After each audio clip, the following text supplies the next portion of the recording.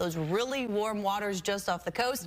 We're seeing them around the states. It's a little bit alarming, but that is kind of some of the things that fed into this very aggressive season forecast. And Mariah, we're 1 week away, so it's actually the last weekend before the official start of hurricane season. So here's a look at what Mariah was just mentioning, the numbers that came out of that NOAA forecast. She said 17 to 25. That's right on par with the CSU forecast that you see there in the middle. They called for 23 named storms, 11 hurricanes, 5 major hurricanes. So really NOAA and CSU right in line with what they're thinking. They're looking at the shift to La Nina. They're looking at those warm waters that we're already seeing. Notice the average 14 named storms, 7 hurricanes, and 3 major hurricanes all across the board. We are higher than that as far as what our outlooks are for this upcoming hurricane season. And we're watching a wave that's already spun up just to the south of Bermuda.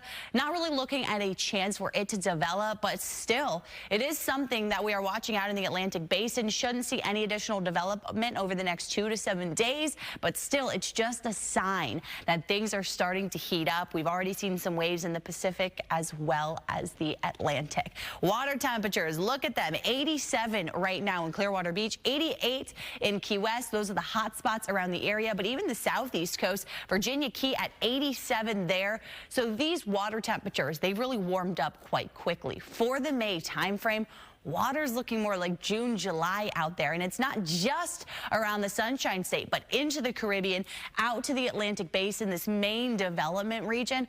We are looking at above average temperatures there by about 5 degrees. So those warm waters, it's exactly what these storms need to be able to feed off of, to be able to strengthen really quickly. So we'll look ahead to some dry weather for us, though, as well for the weekend. So no storms in sight for us, some active weather to the north of us.